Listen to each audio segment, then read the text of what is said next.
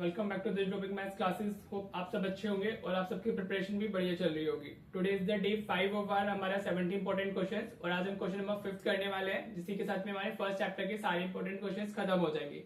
अभी तक जो हम ऑलरेडी कर चुके हैं 4 questions, they are more important. वहां से हमारे 2 मार्कर से 3 मार्कर ज्यादा बनते हैं। आज की वीडियो में जो मैंने क्वेश्चन लिए वो सिर्फ हमारा टॉपिक कवर करने के लिए और कभी कभी 2 मार्क्स में आ जाते हैं या फिर एमसीक्यूज में भी पूछे जा सकते हैं, तो वो इंपॉर्टेंट है। ऐसा नहीं है कि वो सिर्फ ऐसे ही है। बाकी मेन जो इस चैप्टर में इंपॉर्टेंट होता है 3 मार्कर के लिए या 5 मार्कर के लिए, वो सिंपली वही होता है, प्रूव दैट रूट 2 या prove that root 3 is irrational, या जो मैंने क्वेश्चन नंबर 2 कराया था, that is based, those 2 questions are mainly important. बाकी है सब कुछ इंपॉर्टेंट। मैं सिर्फ वही क्वेश्चंस इस सीरीज में डाल रहा हूँ जो हमारे बोर्ड के पर्सपेक्टिव से इंपॉर्टेंट है। ठीक है बेटा, अगर आप चैनल पर नए हैं तो आप चैनल को सब्सक्राइब कर लीजिएगा और जो पुरानी वीडियोस है उनको भी देख लीजिएगा। ठीक है बेटा, सो दैट कि आपको अपना, अगर देखो, अगर आप ये 70 इंपॉर्टेंट क्वेश्चंस कर लोगे तो आपका सारा का सारा रिवाइज हो जाएगा। जितना सिलेबस है वो सब रिवाइज हो जाएगा and all these questions are important also. Most likely same questions या सिमिलर टाइप ऑफ क्वेश्चंस ही आपके बोर्ड में भी आने वाले हैं। ठीक है बेटा, तो इस सीरीज को आप अच्छे से कर लो। बाकी जो कुछ भी रह जाएगा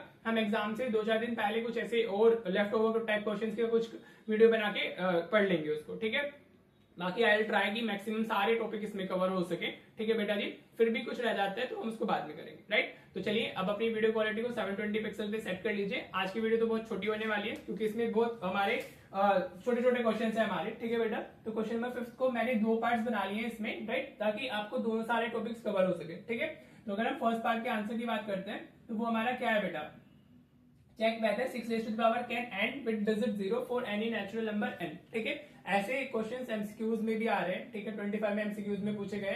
देखो क्या होता है, अगर 0 से एंड होना है किसी भी नेचुरल, किसी भी नंबर को, किसी भी नंबर की पावर्स को अगर 0 से एंड होना है तो that should be a multiple of 2 and 5। ठीक है, मल्टीपल ऑफ 10 बोल सकते हैं। उसके फैक्टर्स में 2 और 5 आपको दिखना चाहिए, तभी वो 0 से एंड होता है। तो आपको इसमें कुछ नहीं लिखना है, राइट। अभी मैं अगर 6 raised to the power n हमारा लिखा हुआ है तो हम इसको ऐसे लिख सकते हैं, 2 into 3 लिख सकते हैं। हाँ जी बेटा, 6 को मैंने सिर्फ 2 into 3 लिखा है। अभी पावर शेयर हो जाएगी तो 2 raised to the power n into 3 raised to the power n लिख सकते हैं। ठीक है, अब ये हमारा 0 से एंड नहीं होगा because it contains 2 but it does not contain 5 as it factor. ठीक है, या एज इट्स प्राइम, कुछ भी लिख सकते हो। ठीक है बेटा जी, राइट। तो आपको कुछ नहीं करना है, सिर्फ आपको इतने चेक करना है, वहां 6 raised to the power n की जगह पर कुछ और भी हो सकता था जो आपको दिया जा सकता था। ठीक है बेटा, तो बस आपको इसमें स्टेटमेंट लिखना है। 2 मार्क्स में या ही आएगा ये, और अगर 1 मार्क में आ रहा है फिर तो एमसीक्यूज ही होते हैं, तो एक्सप्लेनेशन की कोई जरूरत नहीं है, आपको सिर्फ कॉन्सेप्ट अप्लाई कर देना है। ठीक है, तो आप यहाँ पे लिख दोगे 6 raised to the power n can not end with digit 0, can not end with digit 0 for any natural number n, for any natural number n as it does not contain, as it does not contain, ये statement ही लिखनी होगी आपको, इसमें और कुछ नहीं है। contain 5 as its prime, 5 as its prime।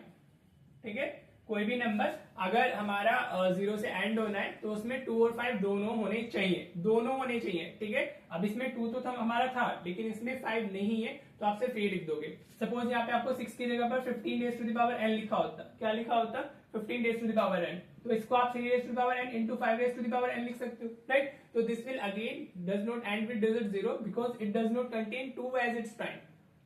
ठीक है बेटा, इसमें 2 नहीं है ना, इसमें 15 में, तो आपको वो दोनों होंगे तभी वो 0 से एंड होगा। ठीक है, फर्स्ट पार्ट का आंसर सिर्फ लगता है। अब सेकंड पार्ट की अगर हम बात करें तो वो बोल रहे हैं explain why this is a composite number. ठीक है, तो उसके लिए मैंने आपको थर्ड क्वेश्चन जिस दिन किया था हम लोगों ने, fundamental theorem of arithmetic revise कराई थी, वो हमारी क्या बोलती है कि every composite number can be written as the product of its prime. ठीक है, यू कैन सी कि अगर हम इसको पूरे को प्राइम्स के प्रोडक्ट में लिख सकते हैं तो ये क्या हो जाएगा, हमारा कंपोजिट नंबर हो जाएगा। ठीक है, तो अब आप देखो ये 3 into 5 into 7 plus 7 लिखा हुआ है।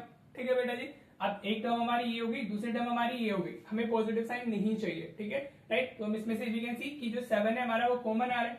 हाँ जी बेटा, राइट, दोनों टर्म से 7 कॉमन आ सकता है, तो इसमें हमारा क्या रह जाएगा, यहाँ से 7 हमने कॉमन लिया तो 5 into 3 15 हो गया हमारा, प्लस 7 का 7, अगर कोई टर्म पूरी कॉमन आ जाती है तो वहां 1 रह जाता है। ठीक है, तो ये 1 बचा हमारा। ठीक है बेटा, तो 7 इंटू कितना हो गया, 15 + 1 16 हो गया। ठीक है बेटा जी, तो 16 को आप कैसे लिख सकते हो, 16 को आप ऐसे लिख सकते हो 7 into 2 raised to the power 4 लिख सकते हैं। ठीक है बेटा, राइट। अब यू कैन सी कि ये जो हमारा एक्सप्रेशन था ये हमने कैसे लिख लिया है, as a product of prime लिख लिया है, राइट। तो ये क्या होगा, हमारा कंपोजिट नंबर होगा, ठीक है। अब आप लिख दोगे as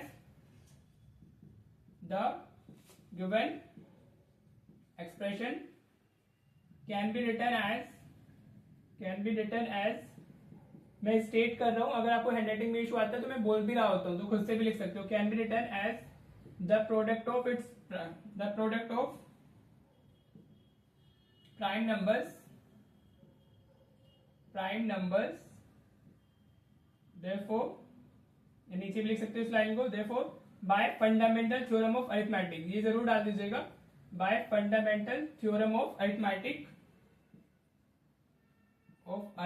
this is a composite number of arithmetic, this is a composite number. आप ऐसे लिख दोगे, कंपोजिट नंबर की डेफिनेशन यही होती है कि वो कैन बी कंपोजिट नंबर्स को हम लिख सकते हैं as a product of their prime, वो प्राइम फैक्टराइजेशन यूनिक होता है, ठीक है बेटा। तो ये दो क्वेश्चंस को कवर करना जरूरी था इस चैप्टर के अंदर, क्योंकि ये हमारे 2 मार्क्स के लिए इंपॉर्टेंट है, राइट बेटा।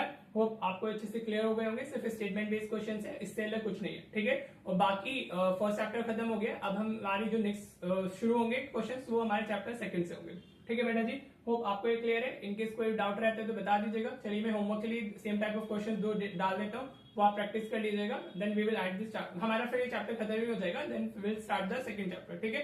तो चलो देख लेते हैं आपके होमवर्क क्वेश्चन।